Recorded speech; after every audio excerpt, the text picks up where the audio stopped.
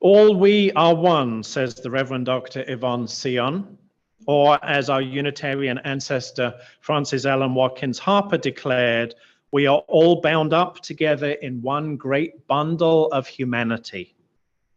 We are connected to one another by biology, by ecology, by human needs and desires, and as Unitarian Universalists, by covenant, united by love.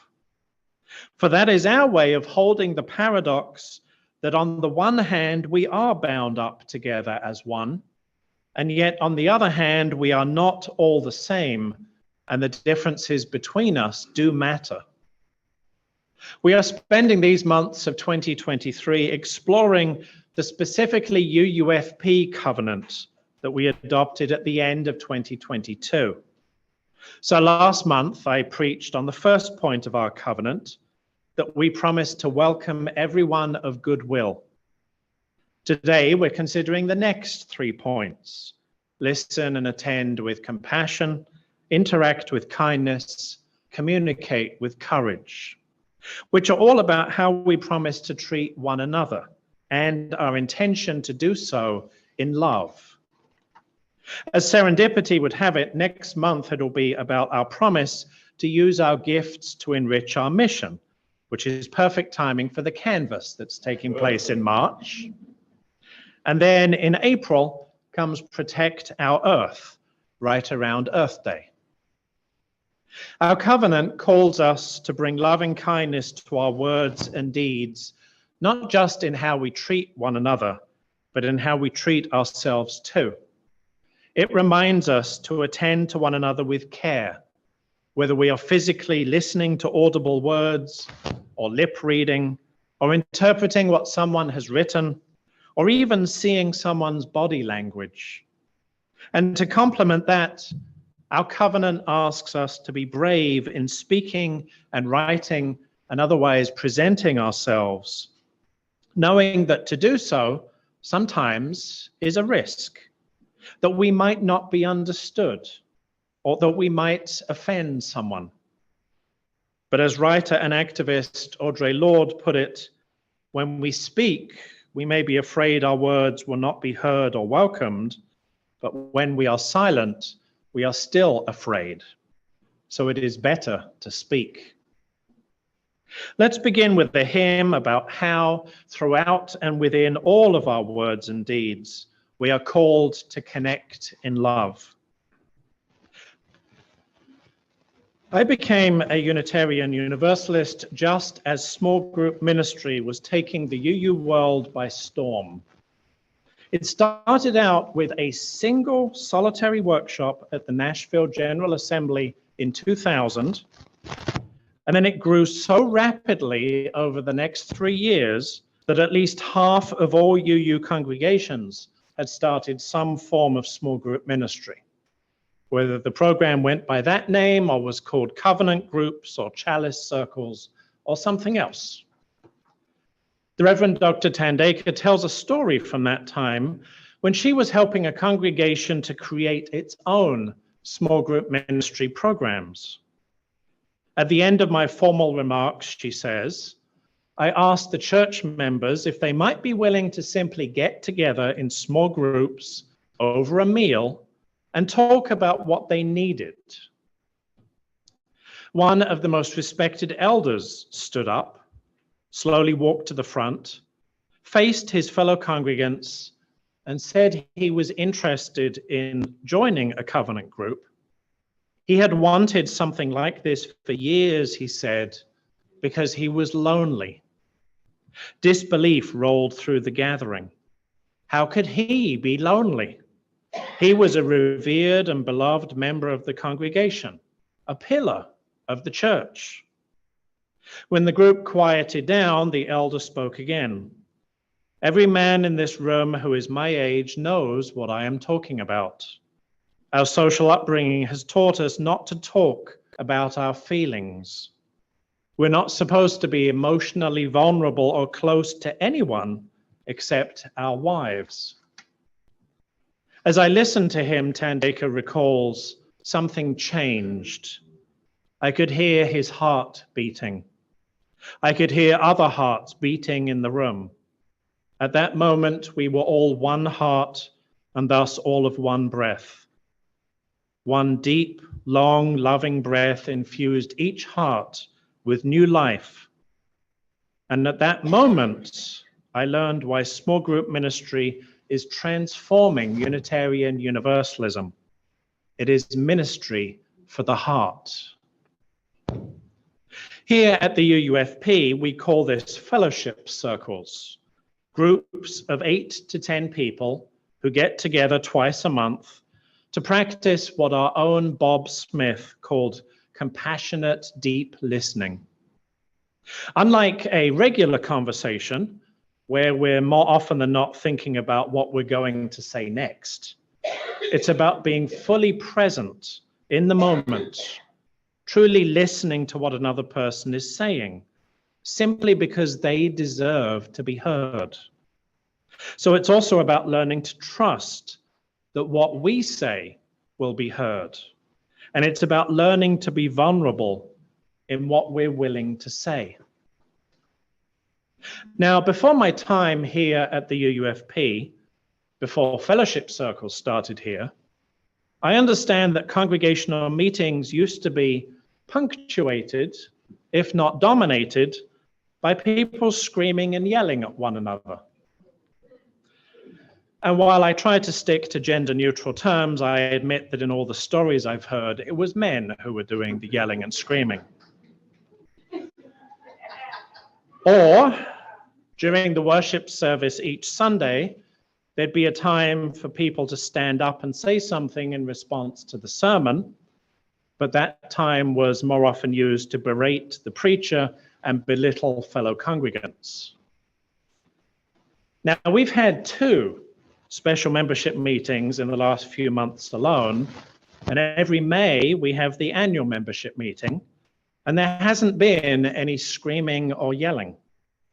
There's disagreement, sure, and back and forth debate as we try to figure things out, but it's civil, respectful, it's kind, it's good-humored, and I give a lot of credit for that to our fellowship circle program, which has taught a lot of UUFP members how to simply listen.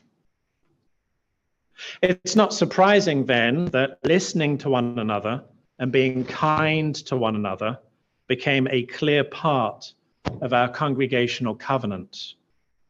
We covenant to listen and attend with compassion, interact with kindness, communicate with courage. This is our intention, to take what fellowship circles have been teaching us over the last 20 years and put it into practice throughout the UUFP. Now, there is one thing I need to clarify. In fellowship circles, the emphasis is on sharing personal experiences and how we feel about those experiences. As such, there's a rule that Bob Smith instituted following the Quaker educator Parker Palmer when it comes to how circle members should receive such sharing. No fixing, no saving, no advising, no setting each other straight, no tagging onto what another person says. In fact, it is part of the discipline of fellowship circles that we simply receive what someone shares without comment or reply. That's a powerful way to learn compassionate deep listening, because it requires us to witness to what someone else has shared, to honor their vulnerability, and to set aside our own innate need to say something witty or critical or self-centering in return. That's all good for fellowship circles, because they're not about ideas and opinions and decisions. But study groups and book discussions and committee meetings, they are about ideas and opinions and decisions. So the discipline that makes fellowship circles what they are doesn't apply. In study groups and book discussions and committee meetings, it's important for people to be able to respond directly to one another. It's important to be able to reason through disagreements, to engage in back and forth debate, because that's how we figure out ideas and opinions and decisions. So our UUFP covenant is not saying make everything a fellowship circle, because not everything is a fellowship circle. What it's saying is that when you disagree with someone, do so respectfully. When you think someone is wrong, seek first to understand. When you are asked to explain yourself, be kind. When you need to offer a different opinion, do so with humility. When you've spoken, be considerate with your silence. When you're worried about how your idea will be received, be brave. And above all else, do so in love, that your words and actions may be the seeds that grow the beloved community. I'm going to ask you some wondering questions now, and I'll give you a little time after each to reflect. Marcy, please put each question on the screen as I read it. I wonder what it means to you that all we are one.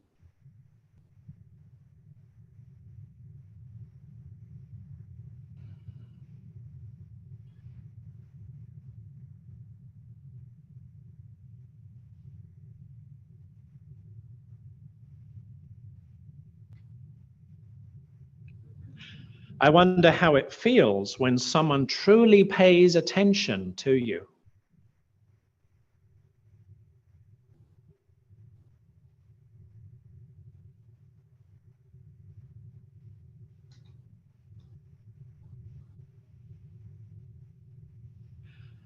I wonder what you can do to be more kind in your words and your actions.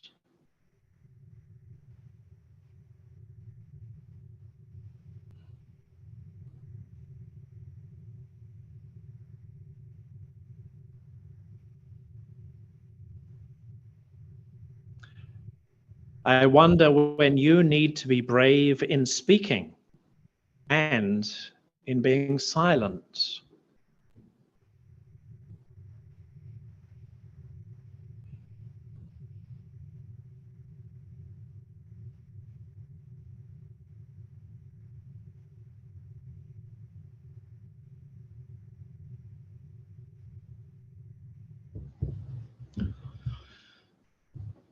For our activity and sharing today, we're engaging with a UU version of the spiritual practice known as Lectio Divina.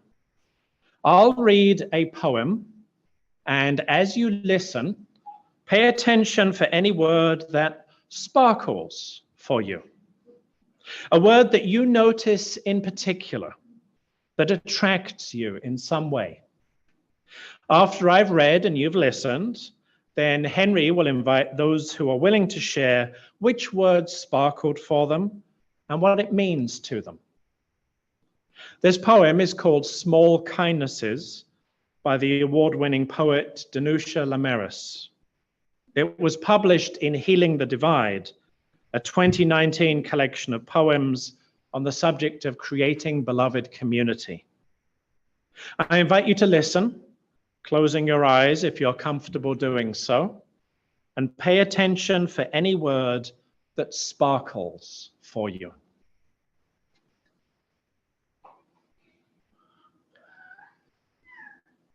I've been thinking about the way, when you walk down a crowded aisle, people pull in their legs to let you by. Or how strangers still say bless you when someone sneezes, a leftover from the bubonic plague. Don't die, we are saying. And sometimes when you spill lemons from your grocery bag, someone else will help you pick them up. Mostly, we don't want to harm each other.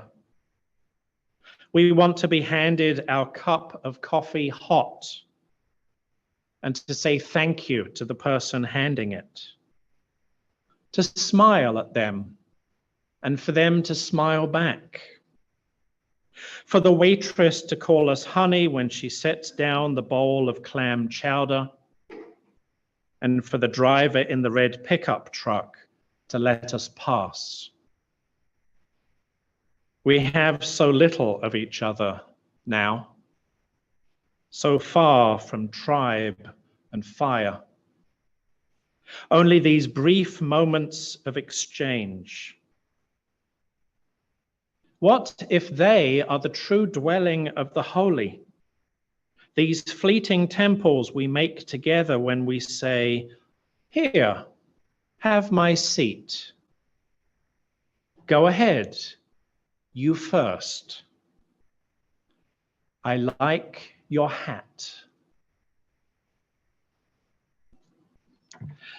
A regular feature of each elementary school year, as my daughter has experienced it, is Kindness Week.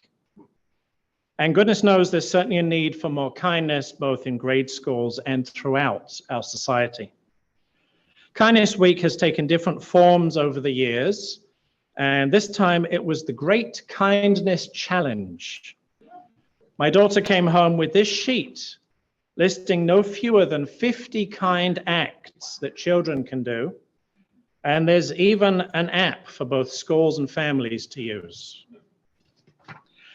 Now, rather than more for me about acting with kindness, though, we're going to finish up with a short video from the organizers of the Great Kindness Challenge about how it works and what we can learn from the children participating. Marcy, if you'd play the video, please. The happiest week of the school year is here. Students just like you from all over the world are about to take on the Great Kindness Challenge. Are you ready? The Great Kindness Challenge is all about celebrating kindness in a way that makes every student, every teacher, and all staff members feel loved and appreciated. This all started 12 years ago with just 3 schools in Carlsbad, California. Now, there are over 37,000 schools with over 19 million students participating all over the world. This year's theme is Grow Kindness. When you're kind to someone, it makes them want to be kind to someone else, and seeds of kindness end up spreading everywhere. So, how will you grow kindness? I'll grow kindness by completing all 50 kind acts on my checklist. I'll grow kindness by smiling at everyone I see. I will grow kindness by helping my custodian. Mr. Danny, can I help you? Sure. Thank you. I'll grow kindness by doing my happy dance.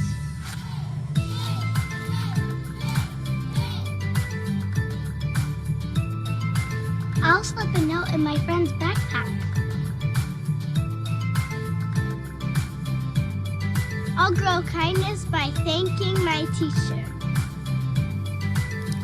On their own, these small acts of kindness might not seem like they make a big difference. But when a lot of people do a lot of acts of kindness, it all adds up. When we work together, our kindness has the power to change the world and make it a better place for everyone. So, let's get out there and do as many kind acts as we can. Be creative, have fun, and remember, And it all begins with you.